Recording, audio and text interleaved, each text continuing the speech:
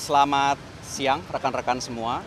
Hari ini tanggal 6 Mei 2026, Indonesia Corruption Watch datang ke Komisi Pemberantasan Korupsi. Secara spesifik kami bersurat kepada pejabat pengelola informasi dan dokumentasi KPK.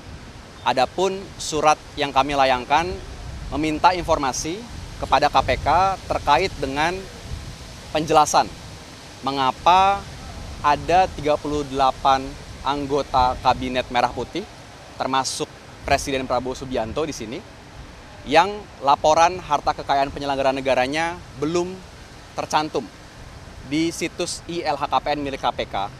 Di situ biasanya di laman pengumuman atau e-announcement pasca tenggat waktu pelaporan, yakni tanggal 31 Maret setiap tahunnya, itu kita bisa mengakses laporan-laporan atau salinan-salinan dari para penyelenggara negara yang sudah melaporkan harta kekayaan mereka. Tapi berdasarkan pemantauan ICW setidaknya per 4 Mei kemarin, 38 nama dari Kabinet Merah Putih belum ada, termasuk laporan harta kekayaan penyelenggara negara Prabowo Subianto itu sendiri. Tentu banyak alasan yang bisa melatar belakangi kenapa nama-nama mereka belum ada di website KPK. Bisa itu berkenaan dengan sedang dilakukan verifikasi atau perbaikan oleh KPK, tapi juga ada kemungkinan memang 39 nama tersebut belum melaporkan harta kekayaan mereka.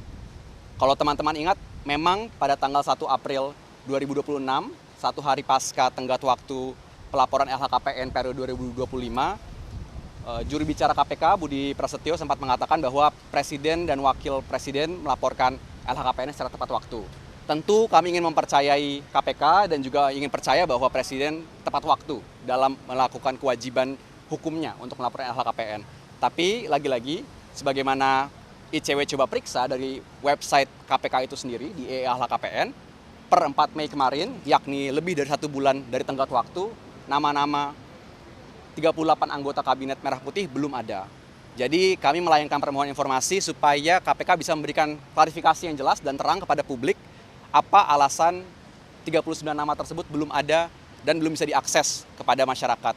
Rasanya kurun waktu 1 bulan lebih sudah cukup, lebih dari cukup bahkan untuk KPK melakukan verifikasi dan juga pemeriksaan terhadap laporan yang sudah disubmit, harapannya paling lambat 31 Maret kemarin. Apalagi ini berkenaan dengan pejabat tinggi, berkenaan dengan anggota kabinet yang seharusnya menjadi prioritas untuk diperiksa begitu ya.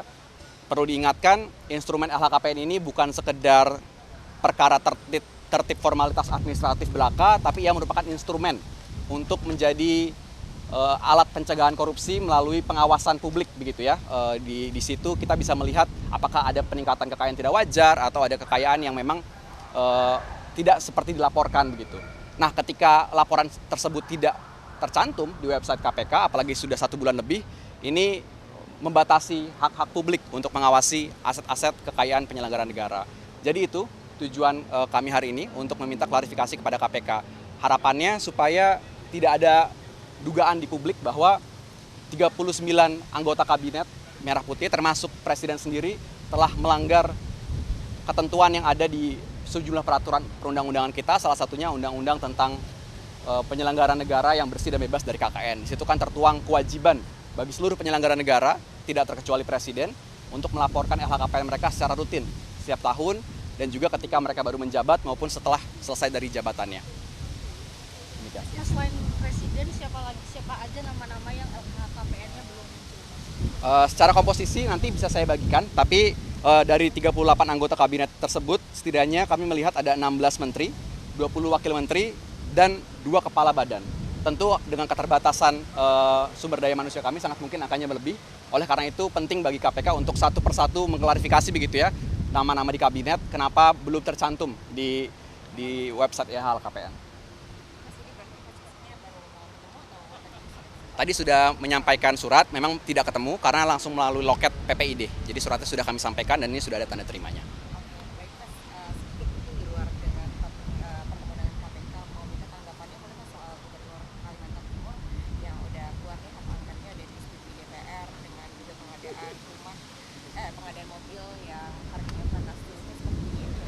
Itu lihatnya seperti apa sih dengan juga anggaran untuk tim ahlinya dan juga untuk biaya renovasi rumah dinas? Ya, memang itu merupakan potret yang sayangnya menjadi gambaran umum begitu ya, bagaimana kepala daerah di Indonesia, baik bupati maupun gubernur, seringkali justru jauh dari tali mandatnya dengan rakyat. Ini kan paling mudah terlihat di konteks Kalimantan kemarin, mendapatkan demo besar-besaran akibat kebijakan anggaran yang tidak sesuai dengan kebutuhan, dan juga bahkan pola kehidupan yang rasanya tidak selaras dengan kerja-kerja pelayanan publik. Ini kalau kami melihatnya, selain ada masalah dari pengawasan internal di daerah itu sendiri melalui inspektorat, ada isu soal bagaimana di 2024 kemarin di Pilkada begitu ya, para partai yang mengusung kepala daerah ini justru cenderung kami melihatnya mendorong pragmatisme politik. Jadi mencoba mencari kader-kader dengan cara yang instan, yang berujung pada mereka ketika menjalankan kekuasaannya di kursi pemerintahan tidak merasa dekat dengan publik atau tidak merasa perlu untuk bertindak secara akuntabel. Ini yang terjadi di Kaltim hanya satu contoh bukti kecilnya saja dari puncak gunung es, bagaimana pemerintahan daerah kita sangat jauh sayangnya dari tali mandat dengan rakyat. Ya, ini kan juga ada isu dinasti politik ya, karena kan ternyata di wilayah Kaltim ini ketua DPRD-nya ternyata masih punya hubungan kekeluargaan dengan Gubernur Kaltim ini juga melihatnya seperti apa sih? Iya, berdasarkan pemantauan kami di 2024 kemarin memang banyak daerah-daerah yang kaya akan sumber daya alam itu terindikasi kepala daerah yang memiliki relasi dinasti politik begitu ya, baik itu di DPRD, baik itu di pemerintahan juga, maupun di anggota keluarganya yang pernah menjabat di posisi yang sama.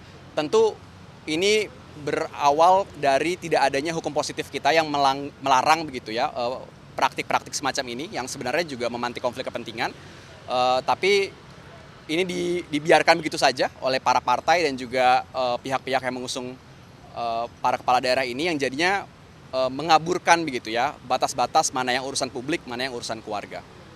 Dan terkait hal ini kan untuk DPRD sudah menyetujui hak angket ya, prioritas dimana ada satu fraksi ini Golkar yang tidak setuju, ini melihatnya seperti apa? Ya, sebenarnya ini sudah sejalan dengan aspirasi publik begitu ya, tapi memang harus dicatat bahwa ini praktik yang langka sebetulnya begitu.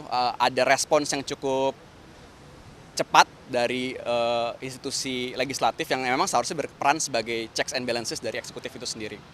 Baik, terakhir mungkin Mas, ini kan juga ada isu formula mungkin untuk penetapan kebijakannya, misalkan dengan adanya anggaran tertentu yang nilainya juga lumayan struktural ini, ada indikasi mungkin tidak melibatkan peran masyarakat dalam membuat kebijakan ini, juga melihatnya seperti apa sih, Mas? Iya, lagi-lagi ini kembali kepada memang hilangnya tali mandat antara kepala daerah dan rakyatnya begitu. Pola yang umum terjadi kalau misalkan kita melihat bagaimana kepala daerah ini diusung dengan cara-cara yang instan, ketimbang berangkat dari keinginan publik untuk mencalonkan calon kepala daerah mereka. Dan sudah indikasi ini menurut Mas Desar sendiri, apakah KPK juga perlu mengawasi? Tentu segala indikasi adanya penyelewengan, penyalahgunaan kekuasaan, dan juga indikasi praktik korupsi bahkan memang harus selalu ditindaklanjuti oleh KPK supaya menjadi terang dan tidak menjadi spekulasi di masyarakat. Dengan tidak dilaporkan itu para pejabat dan seluruh kabinet ini kan. Jadi ingin meluruskan saja, kami baru menemukan indikasi bahwa nama-nama 38 anggota kabinet dan juga nama presiden belum ada di website LHKPN. Ini kemungkinannya banyak, tadi saya bilang bisa KPK-nya belum melakukan verifikasi, bisa juga memang belum melaporkan. Makanya tujuan kami melakukan permohonan informasi supaya KPK yang menjawab, memberikan klarifikasi kepada publik apakah betul karena sedang melakukan verifikasi laporan atau jangan-jangan memang belum melapor begitu ya. Tentu kalau misalkan ditemukan di kemudian hari jawabannya adalah belum melapor, sudah menjadi kewajiban hukum KPK sebagaimana di peraturan KPK itu sendiri tentang pelaporan LHKPN dan juga Undang-Undang Penyelenggaraan Negara yang Bersih dan Bebas dari KKN, ada kewenangan yang dimiliki oleh KPK untuk memberikan sanksi administratif berupa rekomendasi begitu ya ke lembaga yang bersangkutan supaya bisa dipertimbangkan diberikan sanksi.